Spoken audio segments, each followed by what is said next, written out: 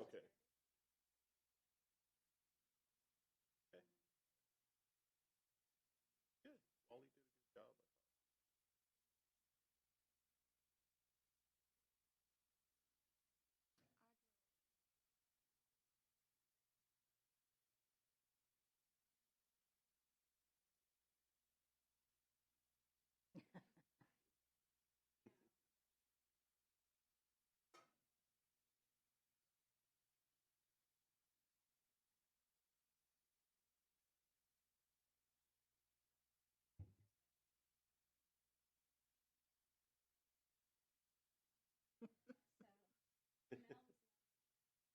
Only panelist who actually got to attend the call. So just tell the audience to be nice if we aren't coordinated.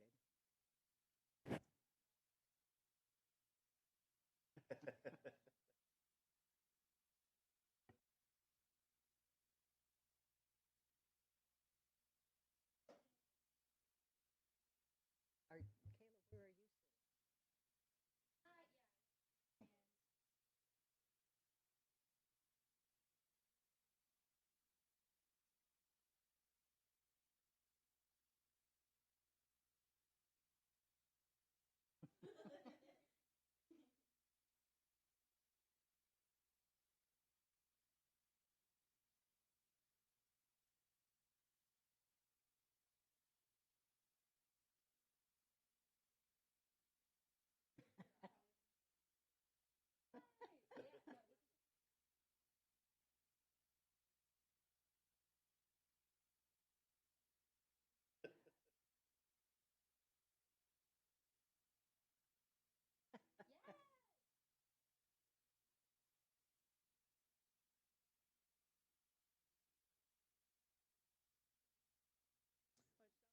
I drove. That's smart.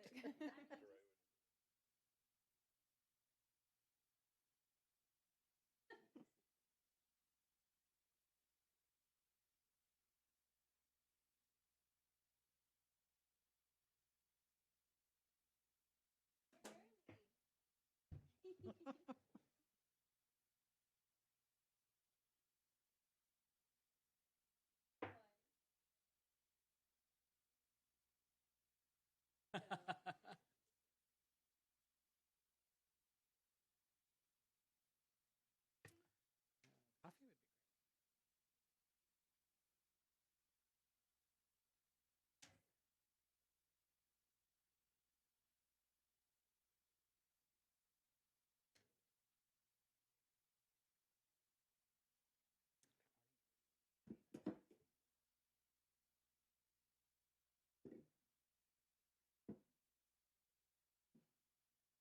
Hear your name, I think, NAIHC, neighbor I one. used to be. Used to be.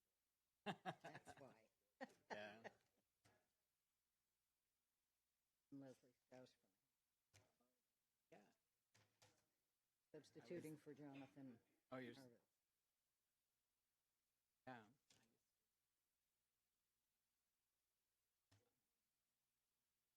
Who's here? I saw him Yeah. this morning. That's what I heard that he Hadn't thought about that. He snuck up on me.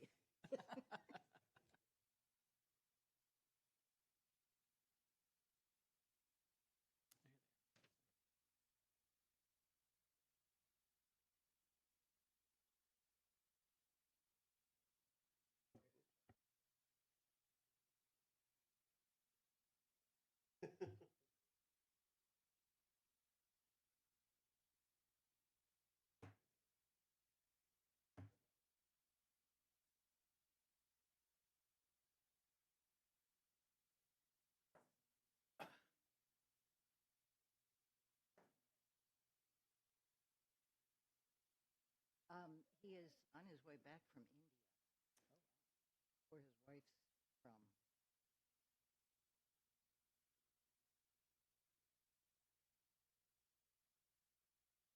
Probably back in the U.S. by now.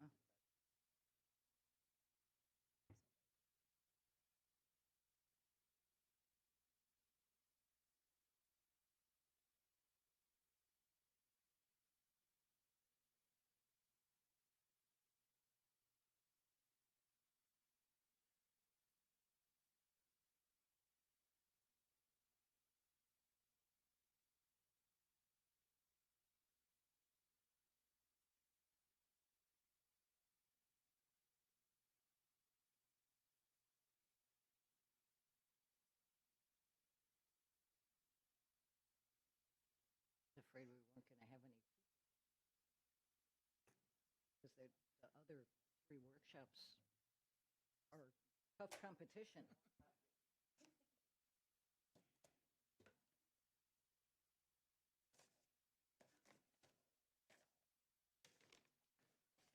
Here until now,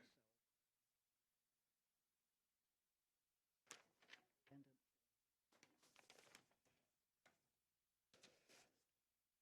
All right, everybody. Hello, hello. I know we're 9:32. The last session got out a couple minutes late, so I'm going to start a couple minutes late, conference style. Hi, my name is Kayla Laywell. I'm a housing policy analyst here at the National Low-Income Housing Coalition. Thank you for joining us for today's panel on achieving affordable housing solutions in Native and rural areas. I want to first acknowledge that this hotel sits on unceded homelands of the Nacotchtank, Anacostan, and Piscataway people, and we recognize that the genocide of Native people is part of a long legacy of displacement and injustice that continues to impact housing stability today. Native nations and rural communities are vital to the conversation on housing justice, and the National Low-Income Housing Coalition recognizes that including Native nations and rural communities is important in building broad coalitions. Today's discussion will highlight the work of Native and rural housing leaders, including ways NLIHC has worked in partnership with them. NLIHC has broadened our coalition to amplify and uplift tribal housing advocates over the last decade plus. We have worked with Native housing leaders in numerous ways over the years and have had 2 Native women on our board. Sharon Vogel, Director of the Cheyenne River Housing Authority and Chair of the United Native American Housing Association, of which Dave's representing today, and Pinky Clifford, who's been called the godmother of tribal housing. She was on NLIHC's board from 2012 to 2021. Last year, we welcomed UNAHA, the United Native American Housing Association, we'll see how many times I break down that acronym today, as our first tribal partner in our state and tribal partnership. This partnership gives NLIHC and all of you a closer connection to tribal housing issues and helps us all be stronger advocates for solutions. We know that state partners have varying degrees of engagement with tribal communities, and we hope to expand that to all of our members today. I want to clarify that rural and Native are not synonymous. There are Native people in rural areas, Native people in urban areas, and vast diversity within rural America. There are 574 federally recognized tribes in the United States, ranging from small Alaska Native corporations to large land-based reservations to tribes with no reservation at all. There are 65 million residents in rural America, and nearly half of them are rent cost burdened. This panel will encompass a wide range of knowledge, and the audience should feel free to bring their questions up, especially since we're in a smaller room today. Sid will have the mic for Q&A towards the end. Again, in all of our forum sessions, plenaries, and workshops are recorded, just so you all know, and these recordings will be made available to registrants after the event. So, to introduce our panelists, we have, we had a couple switcheroos. Starting closest to me, we have Stephanie Isaacs. Stephanie is the founder of the Bedford County Listening Project, a group led by working-class folks doing door-to-door outreach in Shelbyville, Tennessee, to work together around issues that affect all of our neighbors. Stephanie is also a city council person representing Ward 5 in Shelbyville, Tennessee. We have David Heisterkamp II. David is the managing shareholder in the Denver law firm of Wagenlander and Heisterkamp, and the general counsel to many tribal housing programs throughout the country, as well as the United Native American Housing Association. That's 3 now. The firm has been practicing Indian housing law for 47 years, and Dave was named the Native American Indian Housing Council's Lawyer of the Year in 2018. We have Mel Willey. Mel is the Director of Native Partnerships and Strategy at NeighborWorks America, A member of the Navajo Nation, Mel is a national leader in Indian country with more than 23 years of experience in nonprofit management, government, political, public, and intergovernmental affairs, and has represented tribal interests at the local, tribal, state, and national level. And towards the end, Leslie Strauss. Leslie has been at the Housing Assistance Council, or HAC, since 1991 and is currently a senior policy analyst. She is responsible for a variety of policy and information activities. So, thank you all for being here. Good morning. I'm going to dive into some questions so that we have time for questions in the audience at the end. Okay, so first question for each panelist, and I'll start with Stephanie here. Now that I've introduced the group, I want to start with a fun question. From Tennessee to South Dakota to the Navajo Nation, we have a very geographically diverse panel and working from all levels of advocacy, from federal policy to direct renter organizing. One uniting factor is housing justice. Can you paint a picture of what housing justice looks like in your community? We'll talk tactics in just a moment, but for now I want to dream. Yes, no, we can definitely do that. Shelbyville, everyone's homes would be safe and cozy and up to code. There would be working toilets in the winter, air in the summertime, pest traps wouldn't be everywhere, no one's roofs are falling in. Our folks can go home and it's a place to relax and not be another like chaotic thing to add to their lives. Our folks wouldn't be in eviction court every Wednesday at 1 o'clock. And they could use their extra money to raise their babies or go play bingo. We would have community gardens everywhere, and everyone's out in the community. We would have potlucks.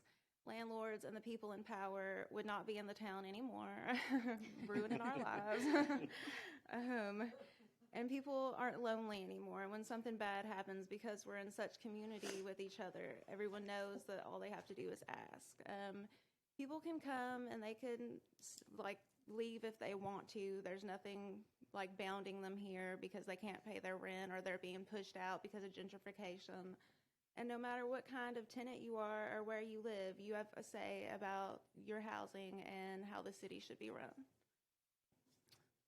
So that's how I picture Shelbyville being. I think we share that vision. Thank you, Stephanie. Yeah. Dave? Well, this is the first overlap between rural and native areas. I think most of the areas where we work, they would like what Shelbyville would like. But first and foremost, the inventory of housing would be enough to accommodate the local population. In native areas, being unhoused doesn't mean living outside necessarily, but may have, heard an earlier panel on Monday, you may have 28 people living in an 800 square foot house. That's not uncommon in a lot of the areas we work. And that makes it hard for the children who need to go to school, to have a place to sleep at night without lots of other folks in the room. And so I think what most of the tribal clients have worked for a long time is just making sure they have a fair share of housing to spread the families out and have enough for the people. If we got that far, that would be a huge benefit to a lot of the communities in the country. Thanks. Yat Asia Miller Willie and Ashia touching in the Schlant Sana Hobbitling Bushichin. Ashin the Shake Yana the Shinala Sagahot Sunday Nasha.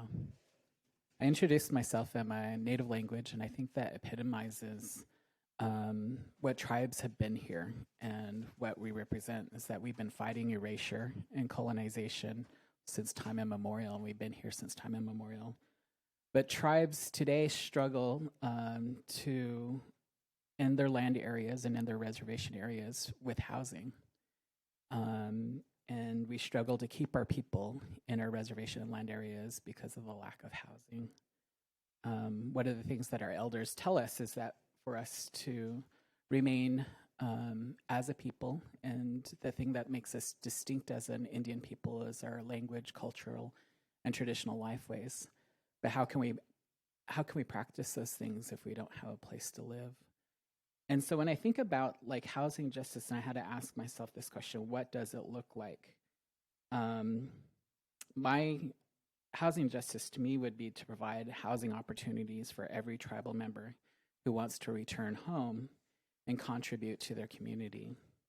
It's where our elders could pass on lessons and teachings to our children. And it's something that is happening today. I'm not saying it's not happening. I think there's some good case examples that exist out there.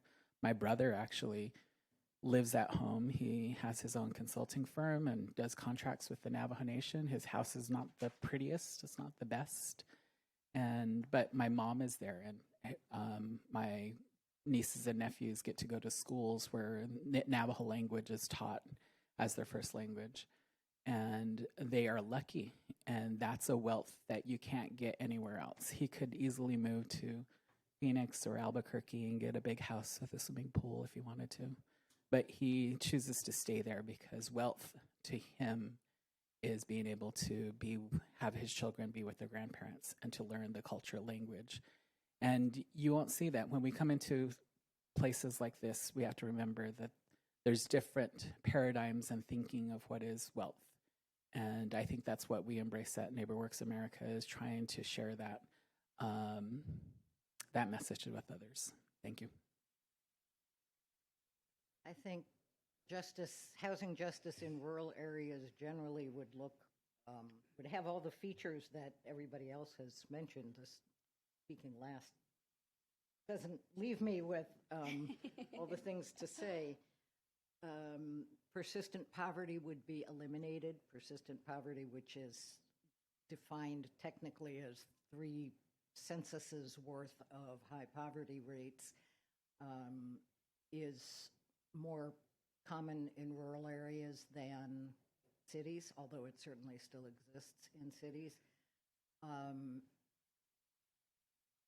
Housing quality is more of a problem in rural areas. Again, certainly a problem in cities, but Stephanie mentioned plumbing and roofs falling in and things like that, where people are living with those kind of conditions because there's nothing else available. So there would be appropriate housing available for everybody. There would be enough of each type of housing for people to have whatever they want, whether it's rental or ownership. Some people think, well, home ownership rates are higher in rural areas, so that means that there's fewer housing problems. But you can still have really severe housing problems if you own your home. That's ownership. I probably don't need to tell you all, but ownership is not a panacea. And homelessness would be, there would be places for people to get the supports that they need, as well as getting a roof over their head, enough supportive services to help people get their finances under control, or their mental illnesses, or their distrust of institutions, whatever it takes to get people taken care of. Thank you, Leslie. I think I'm hearing the themes of institutional distrust, a need for security at home, knowing what your homelands mean to you, and the need for safety and support in your home, so that's a quality, safe housing for your community. Okay, so I'm going to dive into the work that each of you all are doing, and I'm going to first spotlight a few of the ways your organizations have shifted priorities due to the pandemic. First, on emergency rental assistance, or ERA, which NLIHC has produced 2 great reports on, especially with how tribal communities were able to utilize emergency rental assistance over the last 2 years. 301 Native American tribes and tribally designated housing entities received $800 million to provide assistance to low-income tribal members and residents of Native lands. Dave, can you talk about how the Cheyenne River Housing Authority, or UNIHA more broadly, since you're not Sharon, the director of the Cheyenne River Housing Authority, was able to use emergency rental assistance? Yeah, and I should say I'm speaking for Sharon today, who had a family emergency and couldn't make this trip, but has been very involved as a leader in our region and a leader in the state of South Dakota and a leader nationally on these issues. The ERA program gave tribes a unique chance and a pot of resources that they could expand beyond their borders. It's often thought that part of tribal housing is a lack of capacity by the local governments to use the monies. In the case of ERA, the money, instead of going to a state government or a county government, went directly to tribal government in the form of a TDHE, which is called which means a tribally designated housing entity, or more colloquially, the housing authority that's formed under the auspices of the tribal government as a separate legal entity, but part of the tribal government to administer federal and state and private housing funds for the community. Those resources are historically, traditionally, woefully underfunded. The main program that funds Indian country housing, the Native American Housing Assistance and Self-Determination Act, or NAHASDA, keeping track of our acronyms today, through the Indian Housing Block Grant, IHBG. The appropriation has never been raised significantly since 1996 in the inception of the program, which means due to inflation and failure to adjust for cost of living, the value of that block grant has been diminishing for the last 25 years over the history of the program. So when tribes have had the opportunity to participate in a program like ERA or in the past, the American Recovery and Reinvestment Act, it's an opportunity to not just help people right away in a current crisis, but to demonstrate to the world and to the federal government that the capacity is there in Indian country to use these resources and use them extremely well. And that is, in fact, what happened under ARA, and that's what happened under ERA. The other problem is getting that data back to the people who gave us the money here in Washington, but also to the world. And that was an important collaboration between our region, the UNAHA, and the National Low-Income Housing Coalition to grab that data and present it in a meaningful way. And that's the numbers that Kayla's giving you. Over the course of a year, our region worked really hard to uplift that data, put it in a comprehensive format, work with the research team at NLIHC. And that was important. That we appreciate that Treasury tried to keep track of how much money was going in and out, but I think in the end, tribes were such a small part, relatively, of the larger program that even the data reporting that you can find on the Treasury website was incomplete.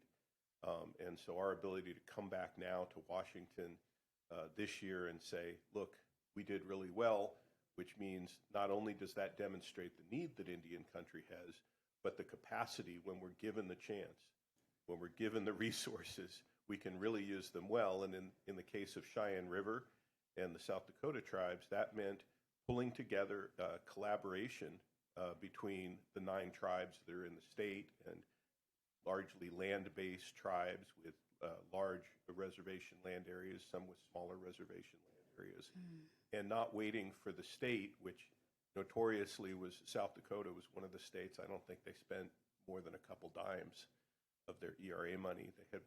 The governor was really on the other side of the equation, and so did not give a lot of political or other support to the State Housing Finance Agency, who was kind of tasked with doing this. And it was up to the tribes to reach out to those agencies at the state level and the county level, which normally they don't work at that level because tribes are separate, state is separate.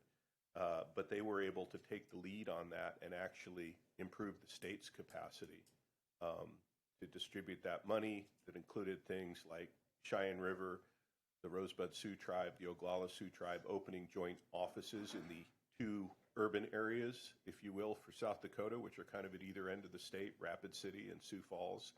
Outreach to tribal members who were not living on tribal lands at the time, or even further than that, beyond the boundaries of the state, and show that not only could they take care of things at home, which was a simpler task in some ways, because if you give the money to the housing authorities and they're the ones that maintain most of the housing in Indian country and therefore are the ones charging the rents, you can get right to, that disconnect we heard between, the landlords not participating or the institutions not participating was not an issue in Indian country because you gave the money to the local landlords in the form of the TDG. But then reaching beyond that boundary, say, where are our other tribal members? Because they're everywhere. And how do we reach them? And how do we reach the non-Indians who aren't being served by the states and the counties, because the states and the counties don't have the bandwidth to do this kind of ground level outreach? And so that was an extremely important opportunity for that collaboration, but also to show the state level folks, hey, we'll come the other way. We'll come to you. We'll help we'll help your folks too, and we'll show you that we have superior capacity to do that. So, but I won't take up any more time with that answer. No, I could talk to Dave for hours about tribal housing. If anybody is interested in the history of Native American housing, talk to Dave. Okay, so thank you. I mean, who in here was part of the emergency rental assistance, either taking advantage of funds or helping to distribute in your community? Raising hands. Okay. How many of you were involved in part of that for tribal housing authorities or tribal members in your community? So there was a real disconnect. Thank you, Dave. There's a real disconnect in dispersing those funds in Native nations, and that's, you know, while ERA no longer is serving tribal members, it's something that we want to learn from and address moving forward. So the movement for tenant rights, speaking of ERA and the COVID-19 pandemic, the movement for tenant rights has been a long time coming. Though temporary, the eviction moratorium during the pandemic shed light on how crucial renter protections are for health and quality of life. Stephanie, can you talk about how the Bedford County Listening Project's wins over the last year in renter organizing? How have your organizing tactics changed as you have built more power?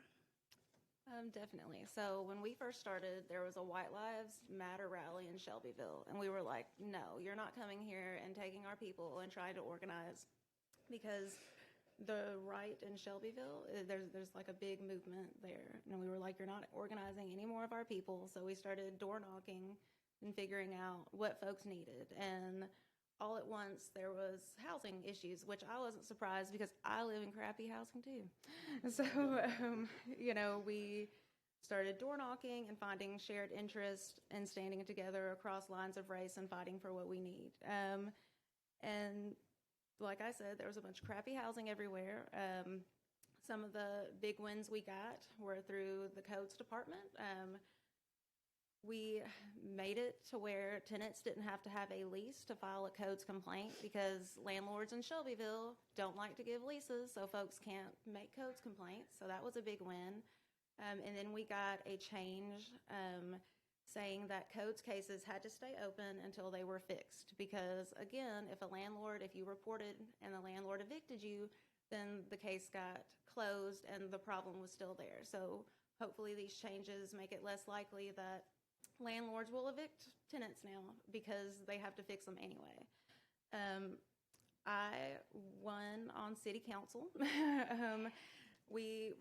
So we started door knocking and released a big survey. The city wasn't listening. They weren't. We got into arguments after the city council over this. The former city attorney and city manager, and one of the nights I remember yelling at them that, hey, we're just going to vote all you out.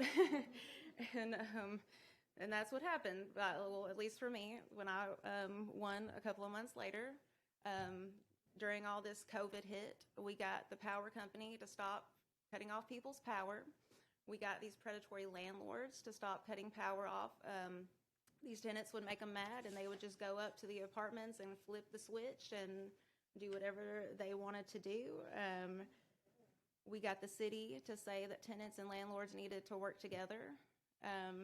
I befriended somebody that served eviction warrants, and so when he would go give people warrants, he would give me the list of people that he served.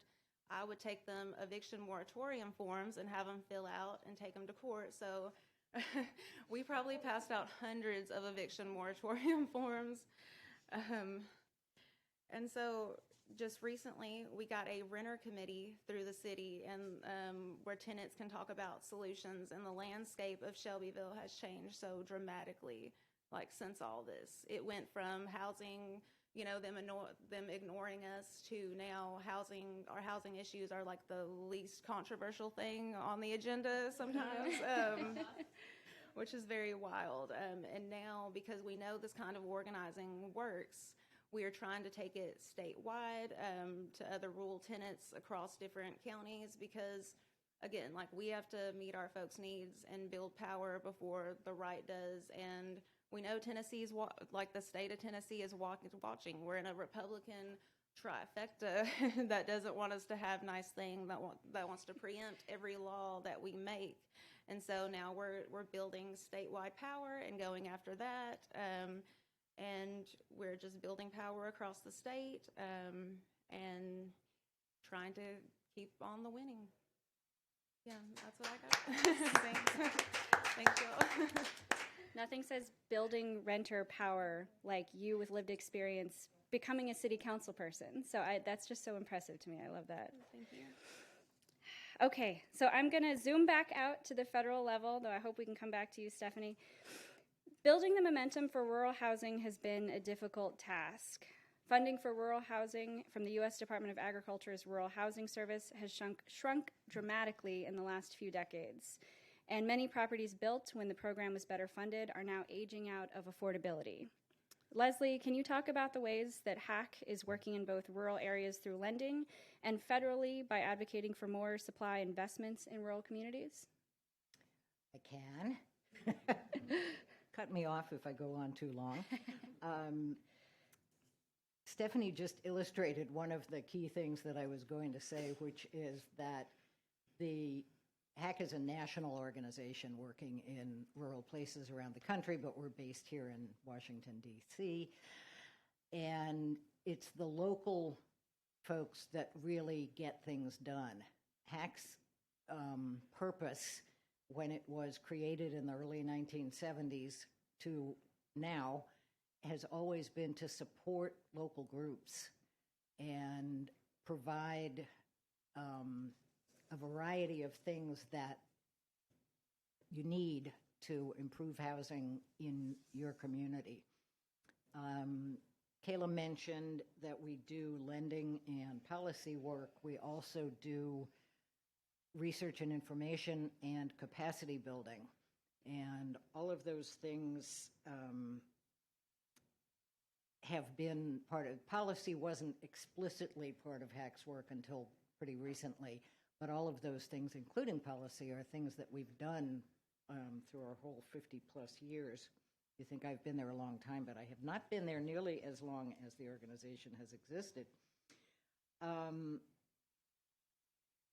All of what we do has a special focus, not exclusive focus, but a special focus on persistent poverty, high needs areas, which includes Appalachia, the Colonias on the border with Texas, with Mexico.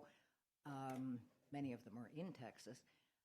The Native American lands, farm worker country, and what am I missing? The Mississippi Delta and Black Belt, Southern Black Belt. Those are places where the problems, housing problems, poverty problems have been ongoing, and HAC has been trying to reach places that don't really get reached by other, mainstream lenders, for example. So HAC makes loans partly to fill gaps where rural housing developers, particularly nonprofits or public agencies, can't get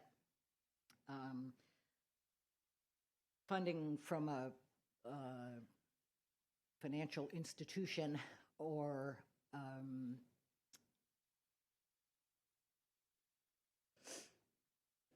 lost my place. I have numbers I wanted to read you.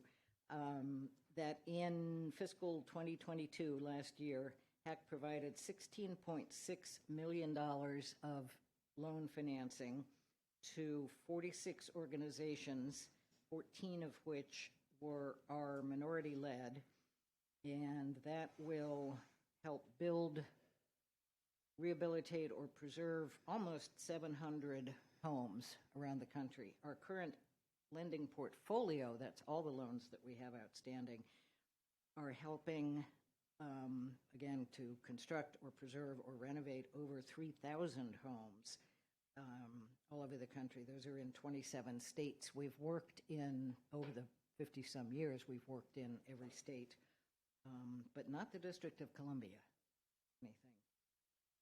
I want to mention capacity building because Dave was talking about the capacity that already exists in tribes and isn't recognized, but there are also a lot of places where the capacity doesn't already exist or where the will to do something exists, but how on earth do you put together 5 sources of funding from 5 different federal and state programs, do all those applications and coordinate the timing and get everything just right so that you can produce some new housing because your community doesn't have enough. That's the kind of thing that our capacity building function tries to help with.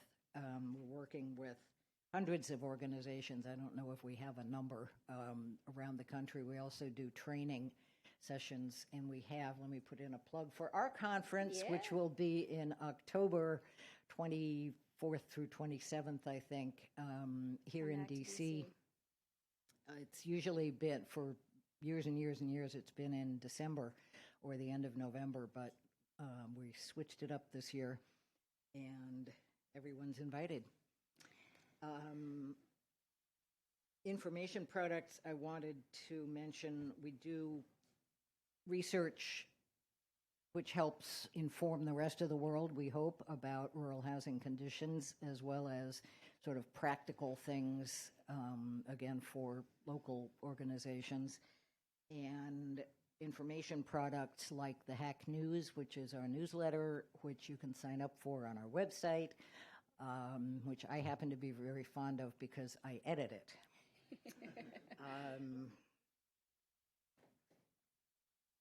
There are a lot of important key things that cross all of these different activities. Kayla mentioned preserving rural rental housing that's losing its affordability. This is a huge problem. Tens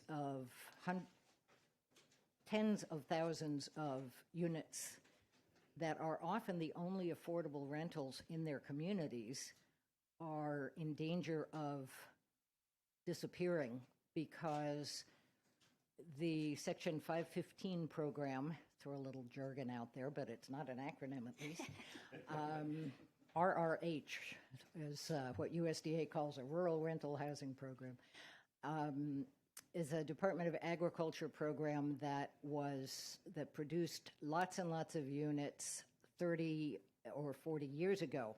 And so the financing on those units is coming to its end, and a lot of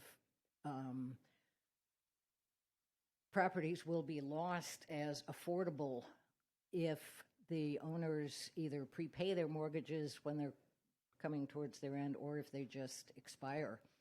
And HAC has done research on that. We've made loans specifically for preservation projects. We have a fairly new technical assistance contract with USDA to help, again, with the capacity building of local organizations that can, because USDA is doing some specific incentives for nonprofits and public housing agencies to take over rental housing that would otherwise be lost. Currently, a lot of it is owned by for-profit entities, or limited profit, at least. What else do I need to say? I should talk about policy, because that's what I do, but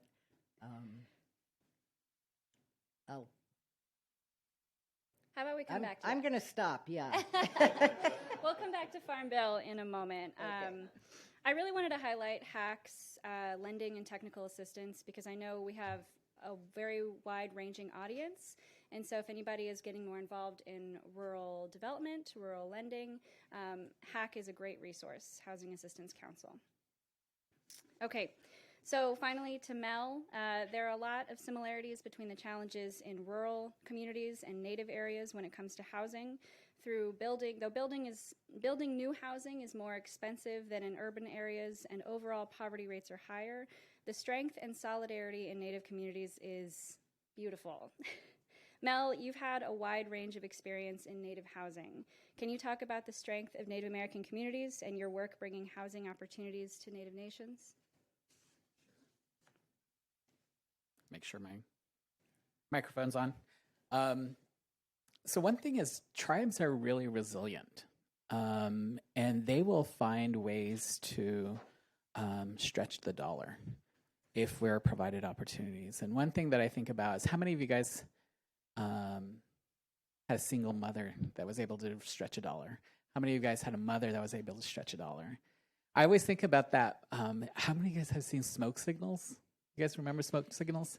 Remember that part where they're coming to the community meeting and Auntie Arlene shows up and there's not enough fry bread to feed 200 people. She only has 100 pieces of fry bread. So Auntie Arlene, they're like, what are they going to do? The crowd's going crazy. Everybody's in uproar because they all want fry bread. But Auntie Arlene stands up and she says, I have a solution. And she takes that fry bread and she cuts it in half and she starts throwing it out of the crowd. But I think about that and I think about our Indian housing block grant dollars. There's just not enough there. And unfortunately, we may have to realize that there's never going to be enough. And we have to think of strategic ways to leverage our dollars. So the Indian Housing Block Grant is probably the single largest investment for Native housing and tribal communities.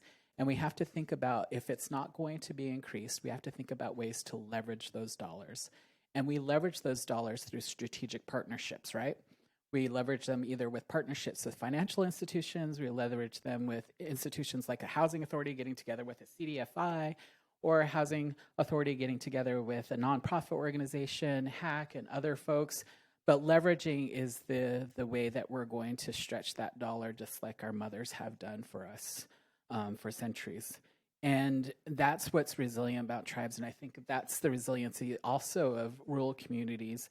But with tribes, I think what we do at NeighborWorks America is we not only look at ways in which we build partnerships. So my position at NeighborWorks is Director of Native Partnerships and Strategy. So Native partnerships are key because we have 250 affiliate members across the United States. There are NeighborWorks affiliates. They're nonprofits in your communities that provide housing services. NeighborWorks builds the capacity for them to provide those housing services, but we only have 3 Native organizations that are network affiliates. But out of the 250, there's all different non-Native affiliate members that are working with tribes, right? And how do we strengthen those partnerships between tribal communities and those network affiliates to help and to assist and to give them the resources? So we have a Native Partnerships program. We have curriculum that's developed.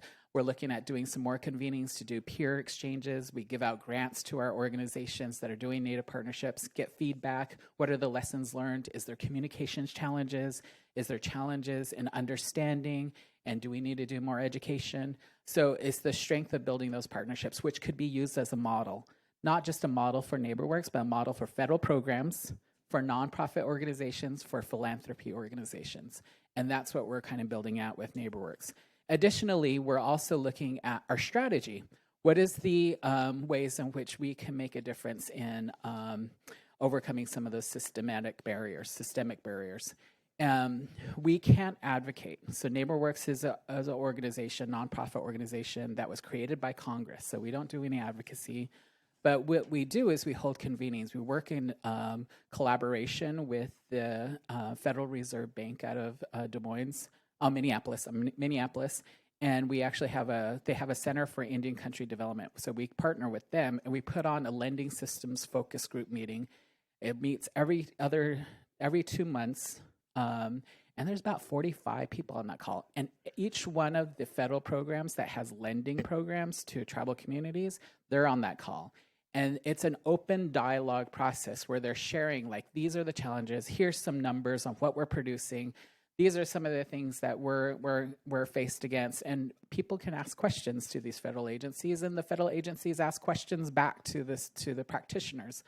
But getting that trustful relationships key to working with Indian country is trustful relationships. The federal trust responsibility does not stop between the federal government and tribal governments. It starts at local governments, between municipalities. It starts at the county level, it starts at the state level, but it also starts with your nonprofit organizations.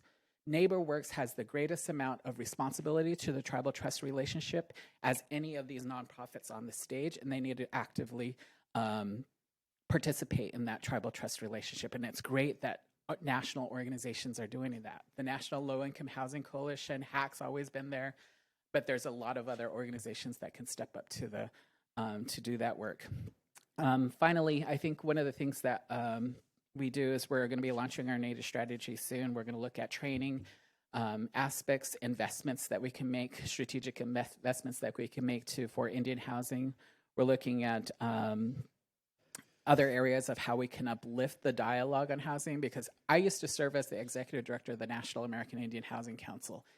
And my biggest problem was that housing was not the top priority for tribal leaders. So I was constantly hounding. I show up at every single Native American conference where there was tribal leaders, and I would push to get on their agenda, to constantly push to keep on their forefront of their consciousness that housing was important.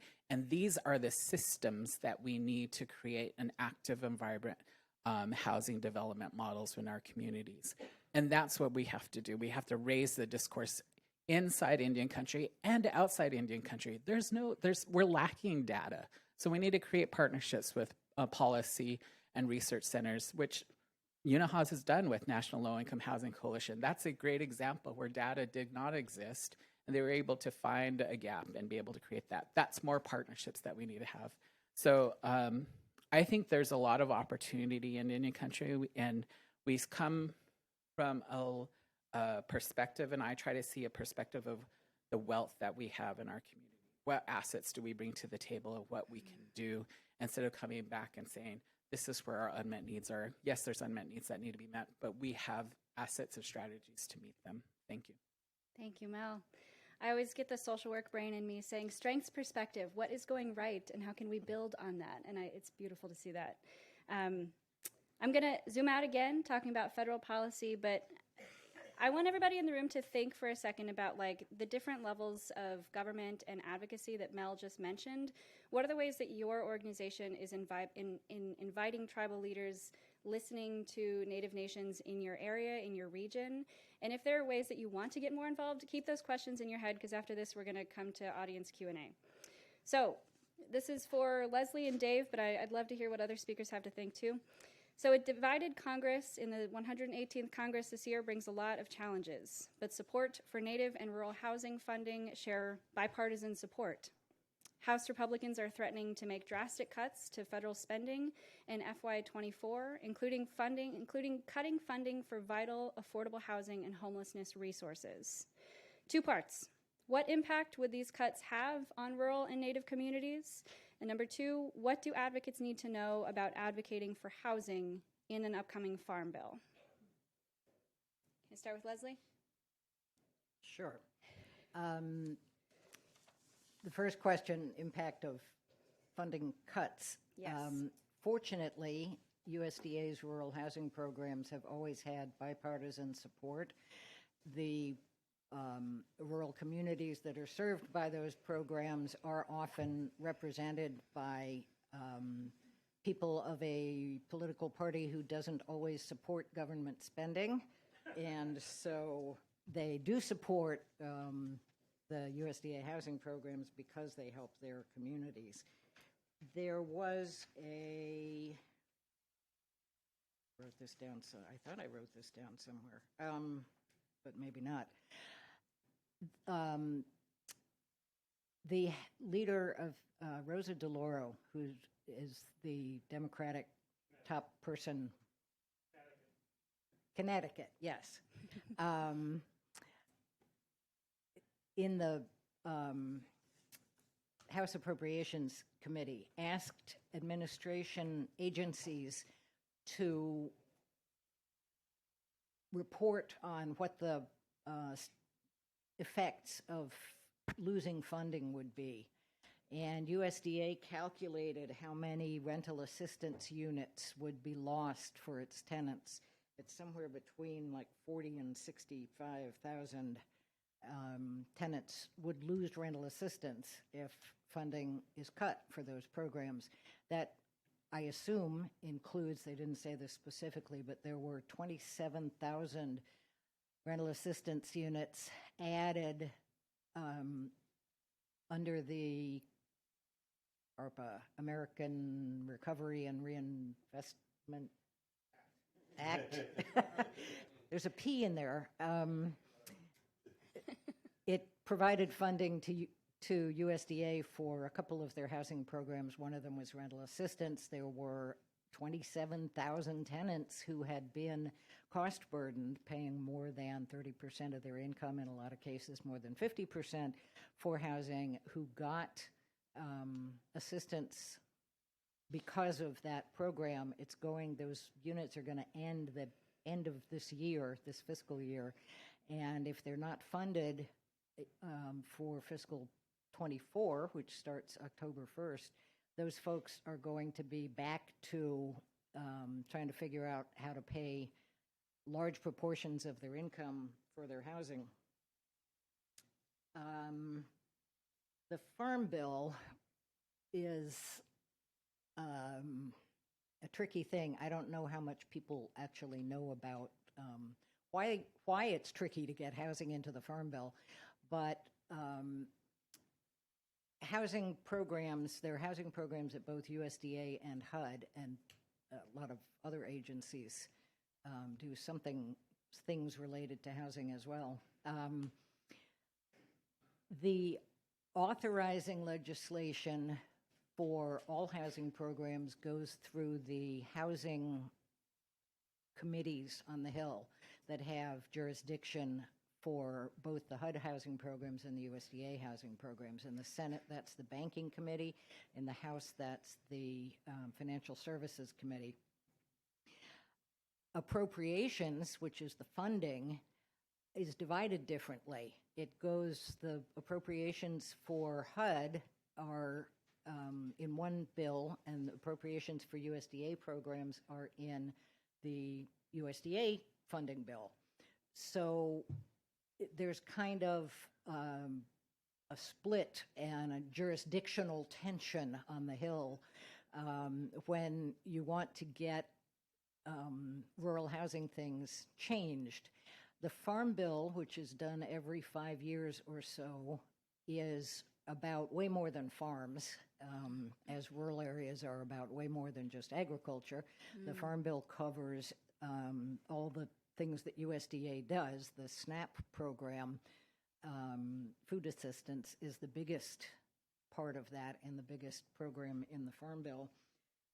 It doesn't usually cover housing because on the Hill, the housing committees want to cover housing. They don't want the Ag Committee, which does the Farm Bill, to get that piece of jurisdiction. But it should. There's no, it makes sense that that housing should be considered in the Farm Bill along with the other rural development programs that USDA runs. And this year, because it's a Farm Bill year, is a great chance to get some rural housing things passed in Congress, because there's not going to be a housing authorization bill. There will be housing program funding in the appropriations bills, but there is not going to be. I had to tell somebody in rural North Carolina yesterday that one of the programs that's proposed in the president's budget, she shouldn't expect any funding from anytime soon, because the Congress is not going to create new housing programs. It's a nice proposal in the federal budget, but it's not going to happen. Speaking of which, I don't know what's going to happen to the Farm Bill if the debt ceiling issue doesn't get resolved. That is just going to screw up so many things if that doesn't get resolved, including federal funding, of course, but also the Farm Bill. So HAC has a bunch of things that we would like to see happen housing-wise in the Farm Bill, authorizing some programs specifically for capacity building and for rental housing preservation. And I can rattle off the names of those programs. People want to ask about that.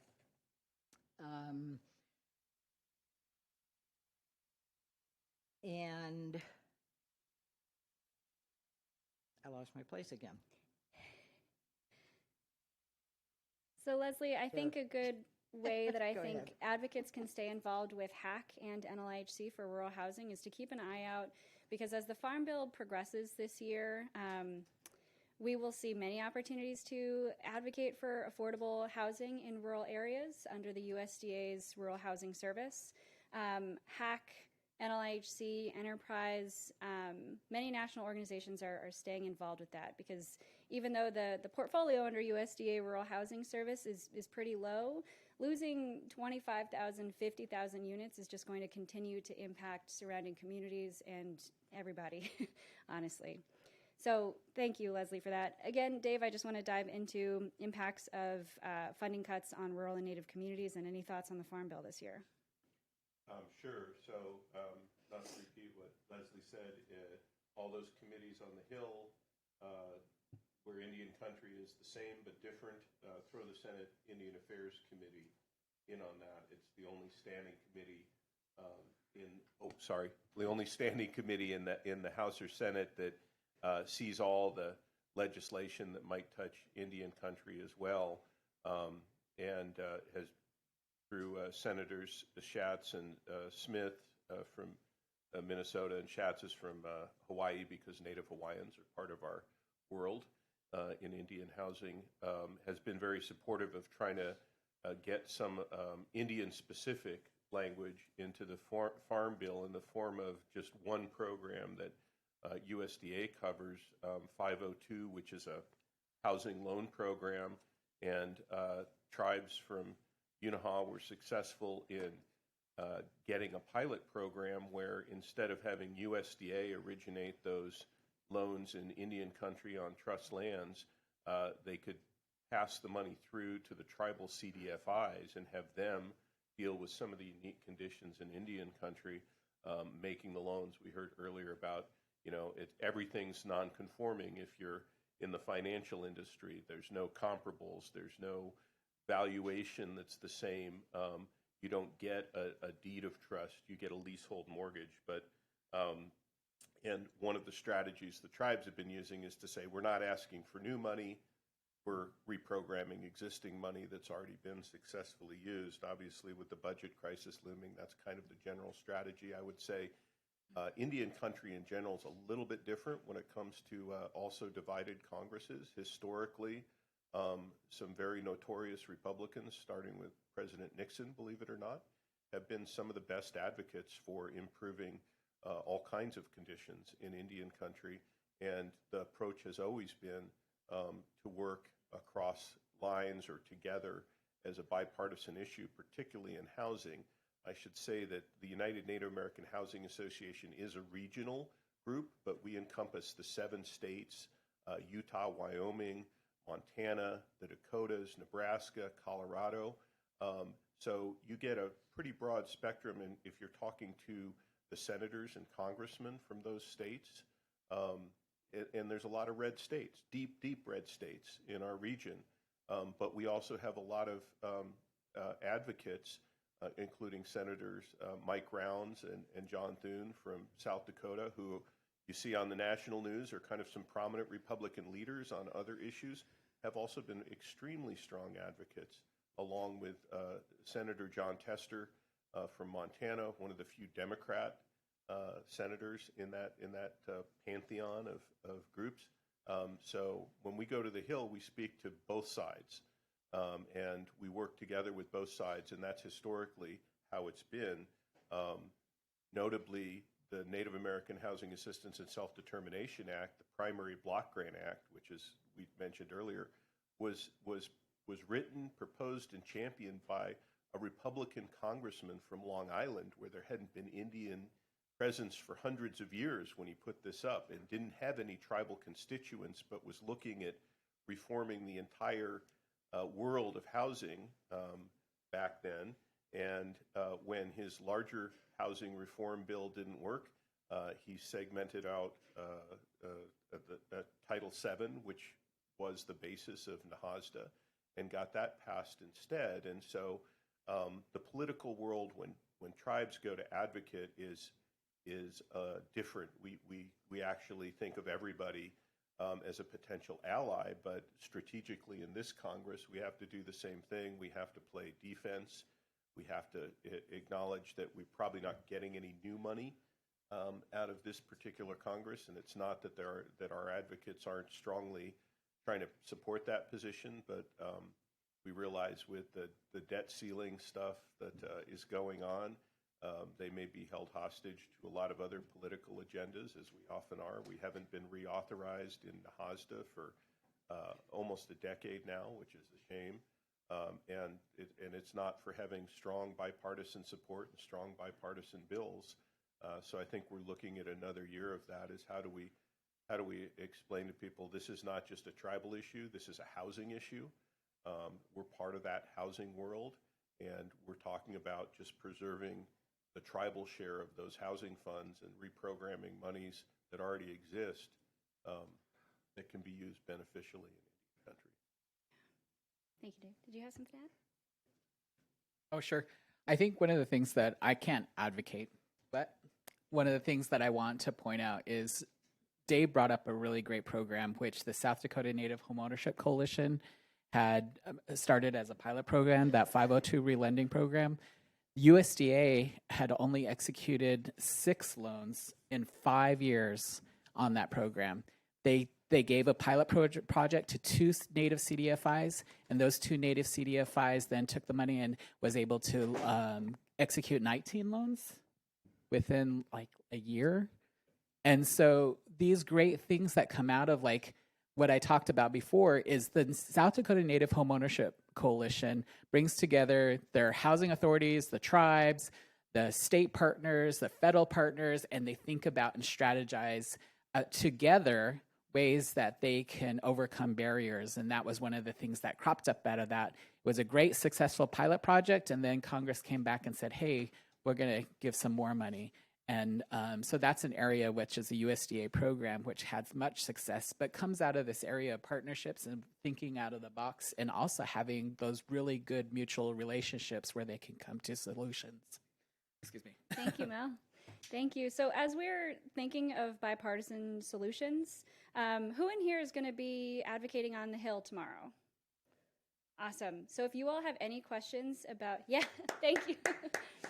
If you all have any questions about the Native or rural advocacy priorities that we have, this is your panel. I'm here. We are here to answer questions before then and after, too. This is going to be a long-term fight. I mean, the history of this nation is kind of based on silencing disadvantaged populations like Native and rural communities. So I want to see now if we have any questions from the audience. I see Bill. I see one right behind you there. Yeah. Yeah. Go ahead, Bill. Real quick, where some of these properties are aging out of the programs, they obviously probably need some rehab. Can we come up with some loan programs that will lock them up in 99-year protections? I'm not sure that there is political ability to get 99 years. 20 Even years some. affordability is one of the numbers that comes up a lot. I saw something recently that said you'd get, I can't remember what program it was, you'd get this funding in exchange for, I think, 5 to 10 years of affordability, which is nowhere near enough. I said that because the city of Portland gave land to Community Housing of Maine for them to build affordable housing properties and locked it into 99 years. So, and another thing is I'm part of the Notice of Funding Opportunity group for the state of Maine. I'm on their at-large officer with lived experience with their board. But we're how would you suggest reaching out to the tribal entities to get them involved with the NOPO process? That's one of those things that we woefully didn't do well last year. Get them involved in the what process? The notice of funding opportunity, Oh, okay. the money that comes from HUD goes through, and they combined the tribal entities with the normal process last year, and we didn't get that much involvement. So it's one of the things we need to do better this year. Thank you. Yeah, and I think that echoes Bill's. Appreciate the question.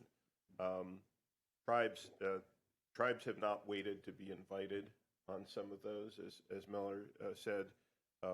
Our region, including subsets of our region, like the South Dakota Native Homeownership Coalition, which is the same group that did the ERA work I was talking about earlier, also led by Sharon Vogel, wearing one of her many, many hats, and some very capable people. They've gone out and figured out how to incorporate those USDA programs. There's always been a USDA program presence in Indian country. The 515 multifamily housing program has been an important component of a lot of what the TDHEs do. It's one of the few options for any kind of multifamily housing in Indian country, and so they've had to learn to jump in, push their way in to those discussions, whether it's NOFOs or proposing some national legislation that said, hey, this is a way your program can work better for us, and we can. The hardest thing is, again, convincing people. Tribes have the sophistication and capacity where they've paid attention to this, and tribes are not homogeneous. Even within our region, Unaha encompasses 34 different tribal housing entities from all different levels, some of them running 14 units of subsidized housing, all the way up to thousands and thousands of units of subsidized housing.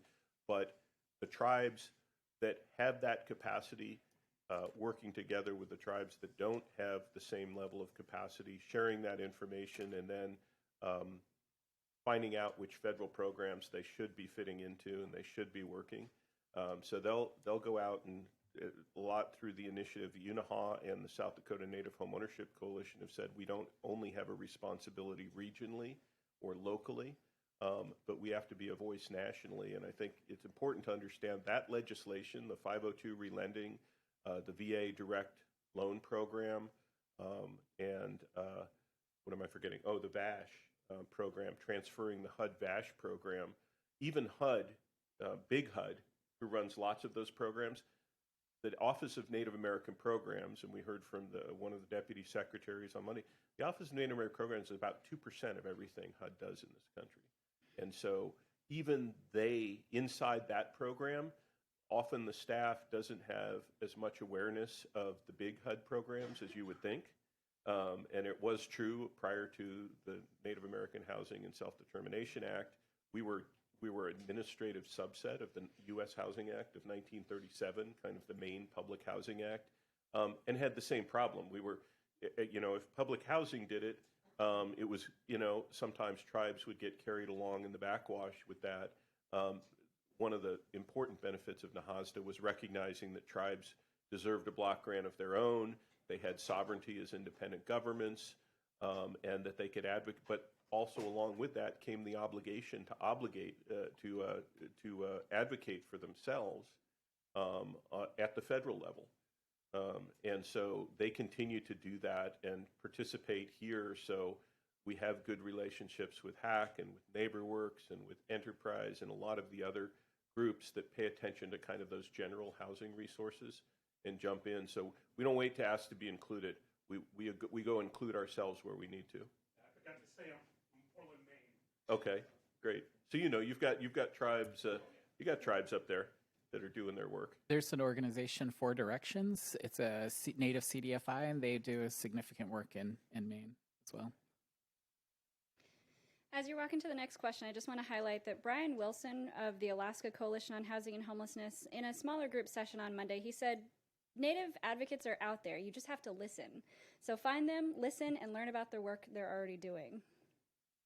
Oh, hi. My name's Michelle. I'm from Center County, PA, which is the home of Penn State main campus and is a rural county, though Penn State wouldn't really let you know that.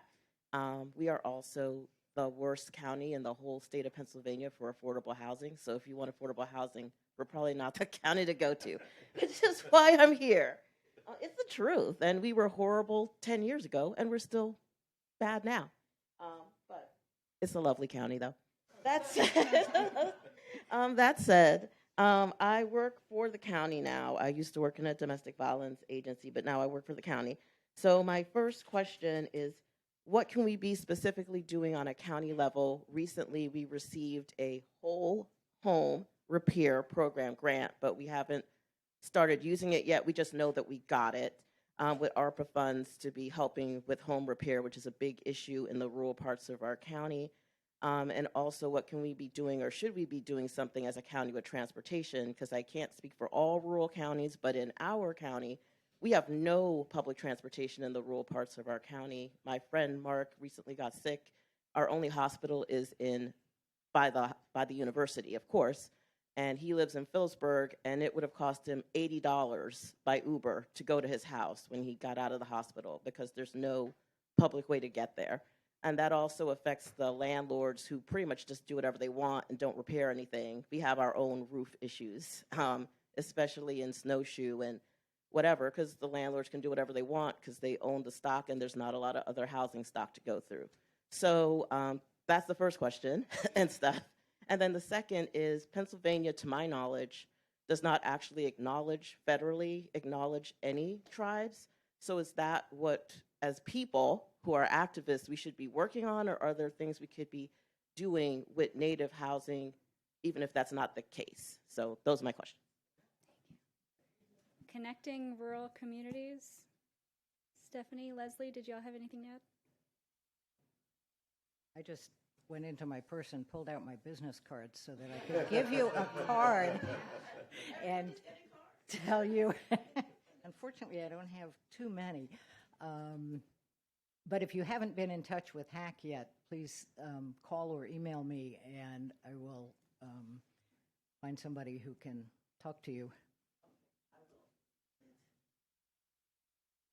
In terms of the Native community, I'm sure Mel would have some comments on this too. Of course, there are Native. I mean, the entire country we live in was once Indian country, and so there's Native presences all over the place. The tribal governments are around. I don't think there are, as you said, there are not a lot of functioning major tribal governments in the area of Pennsylvania, but there are on the East Coast. And it's not so much on the housing issue that we need to have that federal recognition in every single state. And a lot of the states where there aren't tribal governments functioning, you're going to find there are tribal people everywhere. And they may be accessing, as I said, the ERA gave us an opportunity to find those people and access them where our tribal governments weren't operating.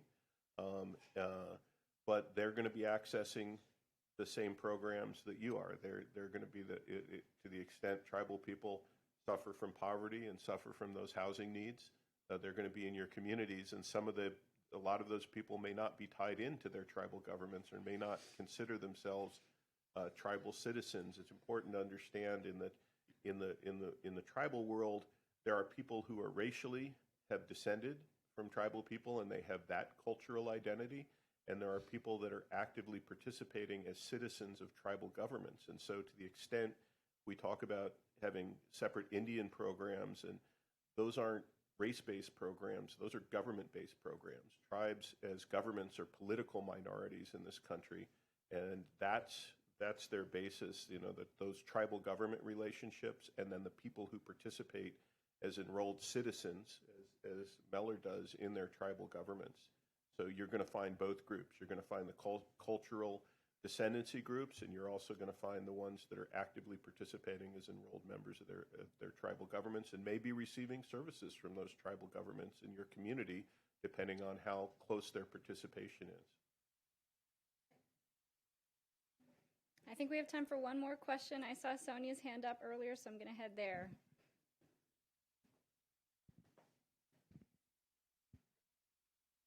Thank you. My question is about manufactured housing in rural areas. I'm in Delaware, and the magic silver bullet right now that everybody's talking about in rural areas is manufactured housing. And some of the worst, I think you call them bad actors, I'd call them slumlords, that I can find are around rural areas and manufactured housing without sewage and hookups, without heat, without anything. Rats and all kinds of things. So I'm just kind of wondering what kind of protections you all are advocating in rural areas for residents and tenants in manufactured housing. There's actually a new program at HUD that has funding and hasn't gotten underway yet because it's new, but will be able to help improve manufactured housing conditions. There's also, it's called, the acronym is PRICE, P-R-I-C-E, and it stands, they tortured the name to get that acronym because it's in honor of Congressman Price, who retired, and I cannot remember what it stands for. So the CE is community empowerment. There's also organizations, most notably ROC USA, R-O-C USA, that help residents take over ownership and management of their manufactured housing communities, which doesn't necessarily help them find the money to do what needs to be done, but giving them control is a great first step, getting rid of those slumlords. Awesome. Well, I just want to close in just a second. It's 10:43, 10:45 to 11. We have a break, and then going back to the plenary in the main ballroom, we have, if this works. Okay, I maybe skipped it, but Chriselle Pellet is one of our board members, and she'll be handing out some awards there and talking about the big organizing work. Want to give another round of applause for our panelists. Thank you all so much for being here.